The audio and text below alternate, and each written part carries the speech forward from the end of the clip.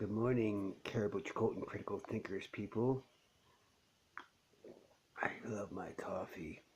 Anyways, I just wanted to explain to you how what's all this hubbub about the alien UFO thingy or whatever. It's not even necessarily alien, it's just unknown, unidentified, right?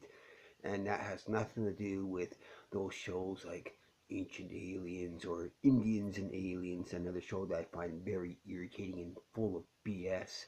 That Zachary Zitchin thing and his Anu thing and that place called Nubro, which is actually, if you look in the actual Babylonian text, it refers not to it's a heavenly place where the gods live, right? It's not where the aliens live. It's where it's their version of heaven, right? Or Valhalla and stuff like that, where the Viking gods live. That's all it is. It's not like an alien planet or any of that BS stuff, right? Or the idea that ancient people were stupid, so they couldn't have built the pyramids, right? Well, you know what? Ancient people weren't stupid. They might not have had our technology because it wasn't invented yet, right? But they had other ingenious ways of doing things. Like there's even there's for example, if aliens built the pyramids, then why is there like all these graves of these Egyptian pyramid builders? And they weren't slaves. They didn't have slaves in ancient Egypt. That's another false information. You might have been a slave if you were like a prisoner of war or something like that, but they didn't have an active slave trade like the Romans did, or like the Greeks did, or like the Jews did, or like the early Christians did, or the American Christians. They had a slave trade based upon economics, right? Ancient Egypt never had that at all, right? They had paid workers. They even had women's rights. Women were almost equal with men, right? Women could buy and sell property. Women could own a company and business. Women could divorce their husband, right? Where in the Jewish religion, women were like property, and and one guy would have like 20 wives. They weren't doing that in Egypt. But anyways, that aside, the alien thing, it's so stupid. Like now it's been brought up again with the Indian and alien things about who in a lot of like in Chilcoltin culture, for example, they don't have a word for creator. They don't have a god concepts per se. They have what's called transformer spirits, where spirits from above came from the heavens and of already existing earth and already existing animals and altered them, made animals into humans and things like that, right? And a lot of the Indian and alien topics is that this is proof that in the native culture that aliens visited Earth and changed them, right? That's one of the things that kind of annoys me about that TV show as well as Ancient Aliens because they're just full of crap. Uh, Zachary Sitchin, the guy that came up with the idea of aliens building the pyramids and stuff like that. A lot of his stuff is like wrong, even wrong translations, and errors and full of mistakes and thing. Oh, it's just a lot of it's just made up. Really, I'm serious. It's just that a lot of these modern UFO books would quote from this guy, and this guy would quote from this guy. But the thing is, they're re-quoting the same bullshit thing, but there'd be like 20 books, and it looks like, wow, a lot of research, lots of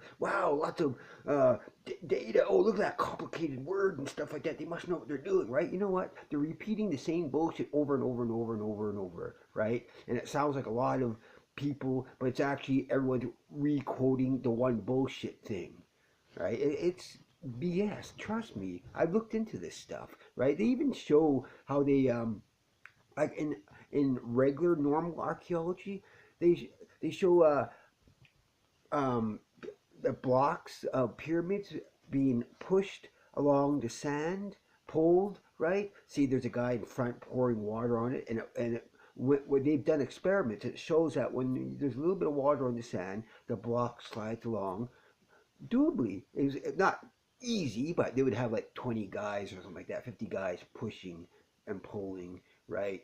And they move. right? It's not impossible. Or when they say, oh, the blocks are so laser perfection that you can't put a sheet of paper in between. They must have had laser technology, right? Well, you know what? They've even shown a guy chiseling a limestone, and it makes a nice crack, straight crack, flat. It's perfect, right? It's BS. I'm telling you. There's no aliens making pyramids. There's no aliens visiting ancient Chilcoltin people, right? Or whatever, ancient humans. And the whole idea of Zachary Sitchin, his theory that aliens created humans out of animals so they could get them to work for gold. That's such a dumb concept. Gold? God, if you're that advanced, why even make change humans into animals? Just have robots do it or something like that. Jeez, there's no imagination really, right? It's poor imagination. They think, oh, you lack imagination. Well, you know what? You're the one who lacks imagination, right? And but concerning um, the actual, oh wait a minute, I gotta say a few other things. If you look along the uh, in ancient Roman culture and Greek culture, you'll notice all these holy temples. There's a National Geographic did an article of this, I believe. They're along fault lines all along, right? And they have found that in certain areas of the earth where there's lots of faults, right? What do you call it? Tectonic plate activity and things like that. This is not pseudoscience. They've experimented, and I'll explain how they found this out.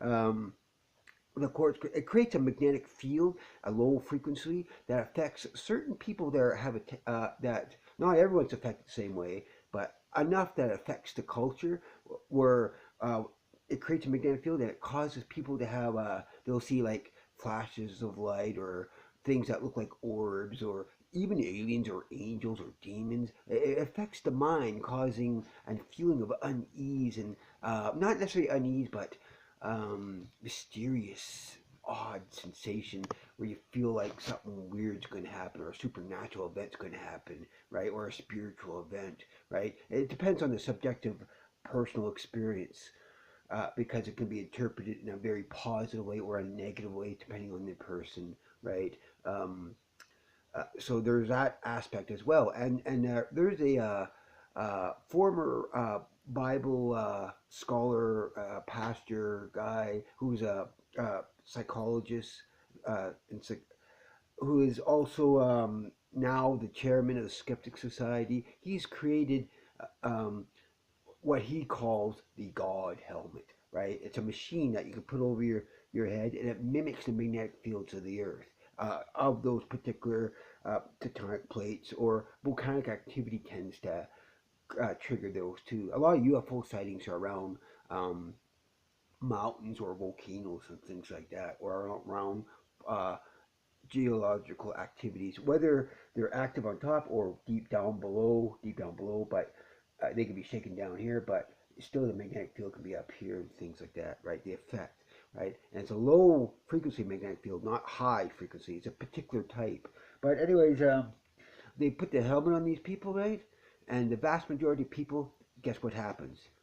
They feel really weird and like, oh, there's someone staring at me, but there's no one there, or they'll have the feeling, oh, I can see orbs, oh, I can see aliens. It depends on the individual's subjective experience and their past experiences and how they see things, or you know what I'm saying, right? There's a cultural subjective effect, right? And so keep that in mind when you always hear about UFO sightings or ghosts and stuff like that. There's certain people sensitive to magnetic fields along um, geological activities, whether they're tectonic plate pressures or volcano things or in other aspects, right? And that's very interesting. They've shown that to work, right? They've shown statistical studies to show that. But there's more than one thing going on here. There's one other factor that I have to quickly mention.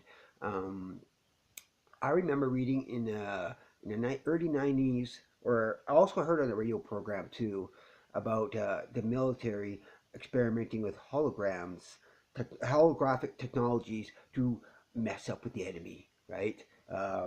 They like creating a fleet of ships in the sky that's not really there, but it looks like, oh, it's not on the radar. Look at that fleet of ships. Oh, we're scared, right? That's the concept behind the holographic technology of the military, right? They can make it look like there's a fleet of uh,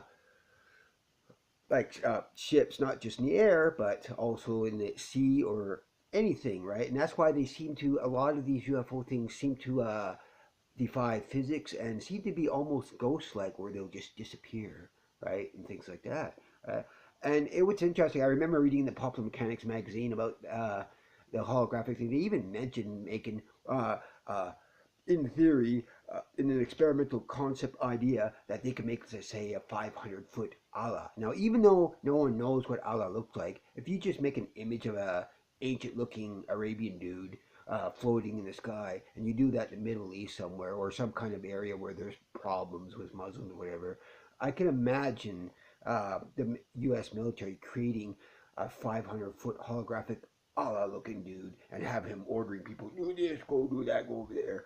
Same thing with a 500-foot Jesus dude they could make, right, with a holographic technology. And imagine what would happen if, down the southern parts of the states, where if they had a 500-foot holographic Jesus, and Jesus is saying, go do this, go do that. All the Christians, right, and Jesus has come back, right? So if you ever see 500-foot Jesus in the sky, be very suspicious, right? But anyways, I just needed to get that out of my system because, God, all this bullshit about aliens, this, see, this proves that the lizard people are working in the White House, and Donald Trump is actually a lizard person with a human mask on, right? All this craziness is just craziness. And you know what? That said, I'm a firm believer that there's probably aliens everywhere. Mostly, I think they're like worms and insects and maybe fishes or animals and stuff like that. And occasionally there might be an intelligent life form, but it's more like a not. I don't like using the word primitive, but you know, low tech life forms and things like that, right? Because I think that I suspect that high advanced life forms like humans, right, they have a tendency to create nuclear, get the energy of a star, the power of a star, and go. And what they do with it, they make it into bombs and throw it at other people, right? You know, it's just like monkeys throwing their feces at the other monkeys that they don't like, right? That's what humans are. And you know what? No wonder the aliens don't make contact.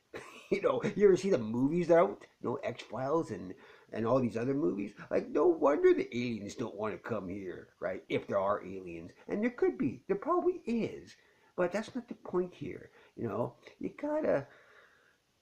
Anyways, I just gotta get that out. Um, Peace out, man.